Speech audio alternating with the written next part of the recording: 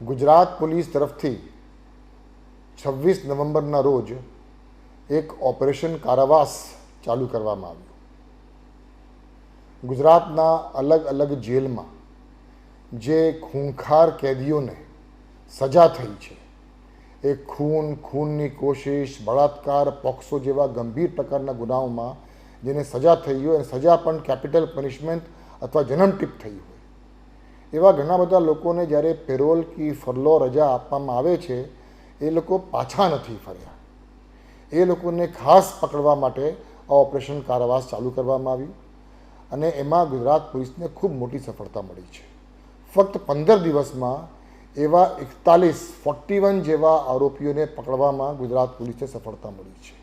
એ 41 પૈકી 6 લોકો તો એવા હતા કે જે 10 વર્ષ ઉપરથી નાસ્તા ફરતા હતા, 9 એવા હતા જે 5 વર્ષથી ઉપર નાસ્તા ફરતા હતા, 3 કિસ્સાઓ એવા છે કે 20 વર્ષથી ઉપર એ લોકો પેરોલ ફરલો રજા પર ગયા હોય અને પાછા નહીં આવ્યા હોય.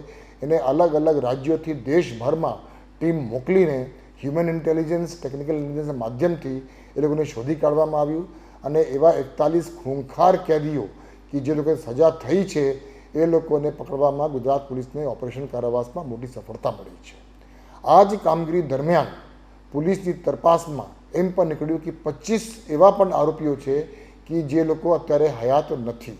એટલે એ લોકોની પણ નામ કમી કરવા માટે કાર્યવાહી પણ કાયદેસરની જે કાર્યવાહી છે એ કાર્યવાહી અત્યારે થઈ રહી છે.